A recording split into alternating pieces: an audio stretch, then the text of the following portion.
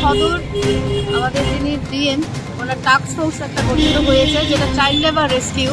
তো সদর ডিএম এর উদ্যোগে আমাদের প্রথমে একটা মিটিং সংগঠিত হয়েছিল এবং আমরা কার্যক্রম নিয়েছি যে শিশু শ্রম বিরোধী। আমরা অনেক এর আগেও করেছি, এটা আজকে র্যান্ডাম ভিজিট।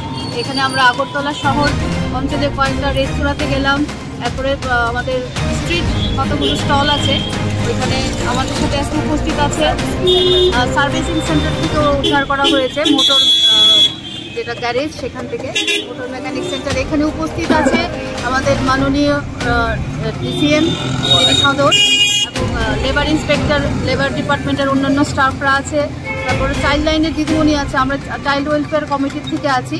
আমাদের যেটা সবচেয়ে বড় মানে আমরা যেটা চাইছি যে ইরেডিকেট অফ চাইল্ড লেবার, এটা সমাজের বদ্ধমূলে পৌঁছে গেছে যে শিশু শ্রম এবং বাল্য বিবাহ এটা একদিনে হয়তো দূরীকরণ সম্ভব না, এটা আমাদের নিরন্তর প্রয়াস। আজকে এখন পর্যন্ত অভিযানে আমরা সাফল্য পেয়েছি, যেখানে গ্যারেজ থেকে উদ্ধার হয়েছে এবং আমরা স্টল থেকেও ফুড স্টল পথের ধারেও স্ট্রিট ভেন্ডার হিসাবে আছে।